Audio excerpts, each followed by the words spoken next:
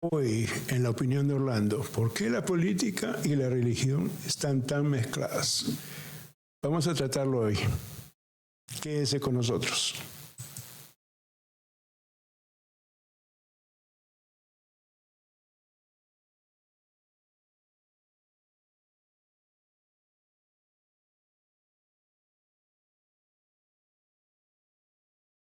Buenas. Buenas, ¿cómo están? Yo soy David Daza. Y Alberto Adames. Aquí de regreso con ustedes en un programa más de la opinión de Orlando. Especialmente en esta temporada de elecciones aquí en los Estados Unidos. Nos hemos dado cuenta de algo todos sabemos lo que está ocurriendo. La religión y la política están pero bien mezcladas. ¿A qué se debe eso? ¿Por qué está ocurriendo este fenómeno que parece que no es nuevo, pero se ve como que está hay una influencia pero enorme hoy en día? Sí, eso es una influencia tremendamente grande y parece que lo que pasa es como que se nos olvida la historia, ¿no? Así es. Ese factor histórico donde la religión siempre ha tratado de compaginar con los gobiernos, manipular los gobiernos y tener ese poder en lo que se hace en las leyes, en cómo manejar o manipular también, podemos decir claramente, porque hay manipulación en ese sentido. Cuando tú manipulas a un gobierno, tú manipulas las masas también. Porque viene con poder. Entonces parece que nos olvidamos en ese sentido, de la cuestión de que la iglesia o la religión básicamente y la mezcla con la política siempre va a traer problemas, ¿no? Así es. Hoy día en la carretera había un vehículo que tenía una calcomanía en el back window que decía orgulloso de ser un cristiano nacionalista. Ese es el nuevo movimiento cristiano, ¿verdad? Que están muy orgullosos de ser cristianos nacionalistas. ¿Qué significa eso? Que el cristianismo ya está evolucionando teológicamente. Y lo hemos dicho mucho en este programa, que la teología evoluciona. Y por eso es que muchas personas que piensan de que Dios escribió la Biblia y que la Biblia es inerrante y lo que está escrito en la Biblia ya no se puede cambiar, pero lo podemos demostrar y lo hemos demostrado de que en la misma Biblia se ve la evolución teológica de los mismos autores y está evolucionando hoy en día en nuestra presencia. No, interesante. Y ese statement, ¿no? del cristiano nacionalista. ¿De qué nacionalidad es Cristo, no? Es un cristianismo estadounidense prácticamente. Prácticamente. O sea que ya no es judío. No, y también he escuchado quejas de ciertos miembros de la iglesia que dejen de predicar a un Jesús que pareciera que fuera liberal y socialista. Yo creo que Jesús era socialista, pero esa es mi opinión personal. De acuerdo a cómo los evangelios, exacto, tenemos que ver como que tiene un contenido social tremendo. Es importante darnos cuenta de eso. Jesús estaba con los pobres, estaba con el necesitado, estaba con el hambriento, estaba con el enfermo. Y tenía problemas con los ricos. Él tenía problemas con los ricos. Entonces tenemos que ver esos factores son tremendamente importante en ese sentido. Pero es bueno analizar eso, ¿no? Ese nuevo movimiento de cristiano nacionalista, ¿no? Es muy interesante que esté ocurriendo esto y somos testigos en este tiempo, ¿no? De cómo se está evolucionando el cristianismo, cómo se ven muy parciales políticamente. Ellos tienen esa idea de que el aborto es prohibido por Dios, aunque hemos hecho un programa al respecto de que en realidad, de acuerdo a la Biblia, de acuerdo a las escrituras bíblicas, para el judío, aquellos que escribieron la Biblia hebrea y la cristiana, pensaban que el ser viviente era viviente desde el momento en que respiraban. Eso está en Génesis y en varias partes de la Biblia. O sea, cuando ellos dicen de que no deben de matar vida inocente, ya no están hablando de embarazo del vientre, ¿no? Del vientre de la mujer, porque para ellos, y también tenemos otra escritura en la cual claramente lo dice de que en la vientre de la mujer tiene un valor equitativo a una multa. Sí, interesante. Porque no es vida por vida en ese caso. Si la madre muere, si la esposa del marido muere, entonces el que causó su muerte era vida por vida, tenía que dar su vida. Pero si era el niño que estaba en el vientre de la madre, entonces es una multa solamente que tenía que pagar. Ese contenido bien importante lo tenemos en un video en nuestras redes, básicamente en nuestro canal, que se llama Las reflexiones del aborto, que es interesante. Si a usted le gusta este tipo de reflexión, puede chequear ahí. Vamos por las escrituras y vamos mirando por qué se da, y escrituralmente vemos cómo está pasando este fenómeno de cómo el pensamiento específicamente de ellos, de lo que era o no la vida en sí, desde cuándo comenzaba la vida, ¿no? Sí, y para agregar un poquito más, se permitía el aborto también. O sea que si un esposo dudaba de la fidelidad de su esposa, lo llevaba al sacerdote y le daba de beber una poción agria que se dice, y si perdía al niño y se quedaba infértil, entonces sí fue infiel, aunque no hay un castigo, pero ya se queda infértil. Pues es como algo horrible para una mujer que no pueda dar a luz. Pero si no fue infiel, entonces sí podía tener el hijo sin problema. Interesante, ¿no? Para aquellos que quieran participar con nosotros, el teléfono para llamarnos es el 407-343-5005. 407-343-5005. Es muy interesante cómo políticamente, ¿no? Un partido político ya tiene una afiliación con la religión, especialmente una religión evangelista, protestante, y ellos lo están promoviendo en las iglesias, que es algo que para mí no debería ser, ¿no? No solo eso. Cuando vemos, nos acordamos que, por ejemplo, en los Estados Unidos, que es el país donde estamos hablando específicamente, hay una separación de lo que es iglesia y Estado. Y se ha habido siempre esta separación entre iglesia y Estado. Recuerdo que en los años 70 había un movimiento que quería fortuitamente entrar en lo que es el Estado, manipular el Estado, que era un movimiento fuerte, especialmente evangélico. Y fue a causa del aborto. Exacto. Y tampoco era un baluarte de ellos como defensa, porque fue desde ahí, ¿no? Vieron sí. una contienda fuerte entre la política y lo que hacían las leyes, entonces vino ese movimiento entonces a tratar de penetrar en ese sentido, ¿no? Lo Así importante es mirar eso, es un acontecimiento histórico. Me acuerdo que en esos años, cuando tú vas a la historia, Lyndon B. Johnson hizo una ley cuando era senador en Texas, básicamente, que separaba ya, no la separación entre iglesia y Estado estaba, pero separó lo que es la iglesia y la política. Yeah. Hubo una ley para separar eso. No se podía usar la iglesia como foro político.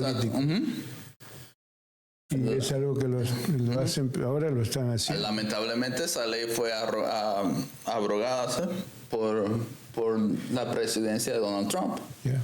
Entonces por eso vemos hoy en día las iglesias promoviendo movimientos políticos. ¿Por qué? Porque ya hay una asociación muy fuerte entre ellos. Al haber asociación hay transacciones monetarias en esa asociación. Y ¿qué es lo que hay? Algunos que están buscando votos, el otro está buscando dinero. Lamentablemente es la cruda realidad, pero es así. Se está buscando el dinero y el otro está buscando el voto. Hay una unión ahí, simbióticamente, pero no es beneficiosa. ¿Por qué? Porque en el fondo quien está ahí es el creyente. Y el creyente va a ser manipulado por esta información. Va a ser manipulado. Hoy mismo vemos actitudes o situaciones que son anticristianas y las estamos viendo como si fueran mandadas por Dios, por ignorancia y por la influencia política. Imagínate que venga a la presidencia de Trump o a él personalmente como si fuera enviado por Dios. Eso es una abominación para mí. Especialmente cuando o sea que la persona que es más en contra del carácter cristiano lo están poniendo como si fuera un enviado de Dios. Es algo que me sorprende mucho. Especialmente, mira, nosotros tuvimos una experiencia hace muchos años en la radio, que nosotros estábamos ayudando a un grupo de personas para que puedan forjar una actividad que ellos tenían. Le dimos computadoras y todo eso. Entonces ellos estaban haciendo la actividad que tenían. Y uno de ellos me pregunta si el pastor estaba de acuerdo con lo que nosotros estábamos haciendo. Y me sorprendió bastante y investigué un poco más y me di cuenta que la denominación donde ellos pertenecían prácticamente tenían que pedir la autorización o autoridad del pastor para hacer lo que tienen que hacer. Ahora imagínense la influencia política con los pastores, en la cual el pastor está diciendo, o el sacerdote, porque también los sacerdotes católicos están haciendo lo mismo, de decirle a la gente, a sus feligreses, por quién votar. Sí. Imagínense, ellos son los representantes de Dios. Dios le está diciendo prácticamente por quién votar. Quizás ese sea el secreto por la cual que pareciera que fuera 50-50, por una persona que no tiene moralidad, que es una persona que miente cada 5 palabras que dice. Es una persona que no es ético, que se le ha encontrado que es culpable de asalto sexual. Tengo una lista que tendríamos que hacer 100 programas solamente para listar todo lo que hace este hombre, todo lo que ha hecho. Entonces, ¿cómo es posible? Eso no lo entiendo. Esa es la única razón por la que yo pienso que especialmente si una persona es creyente, cristiana o creyente en Jesús y que va a la iglesia, está siendo bombardeada por esa información. Y piensa de que, o sea, que están al lado de Trump. Son trumpistas. Y es algo que me sorprende mucho. Sí, porque es algo que no coordina, porque en la realidad el cristianismo no es ese. El cristianismo está muy, muy alejado de lo que estamos viendo ahora como cristianismo. Como dijimos al principio, ¿no? Ese cristianismo nacionalista está increíblemente diferente y lo que me da de cuidado es que los tiranos también eran cristianos. Sí, eso Los es algo tiranos que fuertes sí. tenían ese pensamiento, ¿no? de conllevarse con la iglesia, que es más la iglesia que predominaba para poder también ayudarse con las masas. Entonces, lo vimos con Hitler, ¿no? Que Sí. la iglesia católica también se hizo de la vista gorda y también estaba en ese mismo plan. So, Sí. Estamos viendo otro nuevo movimiento en ese mismo sentido, y es de tener cuidado porque es problemático. Sí. Y vemos un país dividido. Sí, estamos divididos a causa de eso. En Levítico 19, versículo 33, nos dice: no opriman a los extranjeros que habiten entre ustedes. Trátenlos como si fueran sus compatriotas y ámenlos como a ustedes mismos, porque también ustedes fueron extranjeros en Egipto. Yo soy el Señor, su Dios. ¿Eso se practica? Interesante. La religión hoy en día, que se llama de Dios, que se llama cristiana, ¿practican esto? Es una buena pregunta y es una buena inquietud para que la gente la analice y lo tenga pendiente en su mente, ¿no? Levíticos 19, versículo 33 y 34. Es algo que me sorprende porque este es solamente un verso de muchos que están en las Escrituras, en la cual que ya parece que no se han olvidado de eso para promover su movimiento político nacionalista. Una religión cristiana nacionalista que prácticamente no tiene que ver nada con el amor a Jesús. Están marginando a muchas personas. Ellos no se dan cuenta que hay muchos niños que son homosexuales y es más probable que intenten suicidarse o que cometan suicidio si pertenecen a una familia religiosa. Y eso da mucha pena, que no tiene... Yo pienso que en los años cuando Jesús estuvo caminando por las calles de Israel, Él estaba con los marginados. En ese tiempo, ser gay no eran marginados, porque se ve que Él no estaba con ellos. Las mujeres que habían cometido aborto no estaban marginadas. Es interesante cómo que hoy en día, este movimiento cristiano de hoy en día, no practica ese amor de Jesús, no practica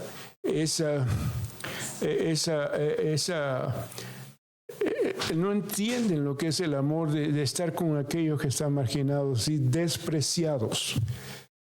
No lo entienden, porque al lugar de estar con ellos, de buscarlos, lo atacan, lo marginan y lo empujan a que se sientan que Dios no lo quiere. Están diciendo que el diablo los ha poseído. Eso no es el amor de Jesús, eso no es el amor de Dios, eso es increíble. Exacto. Y en ese matrimonio de la política y la religión hoy día tenemos que analizar y tener pendiente eso, ¿no? De que no estamos en una buena situación cuando miramos el cristianismo real, el cristianismo que nos dejó Jesús, ¿no? Así es, da mucha pena. Da mucha pena. Es esa distorsión del cristianismo hoy día. Ojalá podamos, después de estas elecciones, poder calmarnos y reflexionar. Sí, pero esto va a empeorar, hermano. Vamos a ser más positivos en ese sentido, ¿no? Quisiera agregar algo, hermano. ¿Qué significa la iglesia? ¿Qué es iglesia, lo que decimos aquí? ¿Sí? Se llama aquellos que son llamados. La iglesia era una palabra que se utilizaba para hablar acerca del Senado. La iglesia eran aquellas personas que son llamados para el servicio. Entonces, cuando nosotros hablamos de la iglesia, somos aquellos que somos llamados para servir a Dios y servir a nuestra comunidad. No somos necesariamente los, ¿cómo se podría decir? Aquellos que somos especiales de Dios y que Dios nos va a salvar y nos va a llevar en el rapto y todas las cosas que se creen. No es separarnos, exacto, es hacer esa Así, comunión. nosotros somos aquellos que vamos a ayudar, vamos a hacer servicio, vamos a alimentar, vamos a curar, vamos a estar con aquellos que no son los llamados. Por eso Dios nos llama a nosotros, the call out ones, los llamados, la iglesia, para ir a ayudar, a dar testimonio de Dios, para darles a entender que Dios está con ellos. Las manos de Dios. Somos la mano de Dios, somos la sonrisa de Dios, las palabras de Dios, la mirada de Dios. Somos aquellos que damos a nuestra comunidad hacerles saber de que Dios está con nosotros. Porque en realidad la evidencia de que Dios existe es cada uno de nosotros. Pablo dice que nosotros, cada uno de nosotros somos la carta de Dios, somos el epístola, ¿cómo se dice? La epístola. Es de Dios. O sea que no piensen que somos aquellos que nos salvamos. Estamos para servir, para dar las buenas nuevas. No confundan, por eso es muy interesante cuando estudiamos las Escrituras, estudiarlas correctamente. Porque cada escritor tiene su teología, su tradición, su costumbre, su cultura, su teología. Entonces, si yo tengo una teología que me dan en la Biblia que es para condenar, y me dan otra teología que es para salvar, para ayudar, para bendecir, entonces me voy a la imagen de Jesús. ¿Quién era Jesús? Entonces me voy a alinear con esa imagen, con ese pensamiento de Dios, con ese mensaje del Cristo, que fue aquel que dio su vida por aquel que no se lo merece. El cristianismo nacionalista es una abominación. Y si fuera cierto, que yo no estoy de acuerdo, si fuera cierto de las cosas que habla el Apocalipsis, ahí lo tienen. Hasta tienen la gorrita, tienen la marca en la cabeza. ¿A quién están adorando y a quién pertenecen? Interesante. Yo no sé. ¿Y quiénes eran los que iban a ser engañados? La iglesia. Por favor. Yo no creo que Dios nos va a condenar. Yo no creo que Él ha creado un infierno para sufrir cosas que hemos hecho en esta vida que es una corta vida, no nos va a estar eternamente por algo tan. Pero de todas maneras, reflexionemos. Sí. Reflexionemos. Estamos en una época muy interesante. Exacto. Ese es el llamado, la reflexión, ¿no? Bueno, se despide Alberto Adames. Yo soy David Daza. Y como siempre, Mantengan la fe.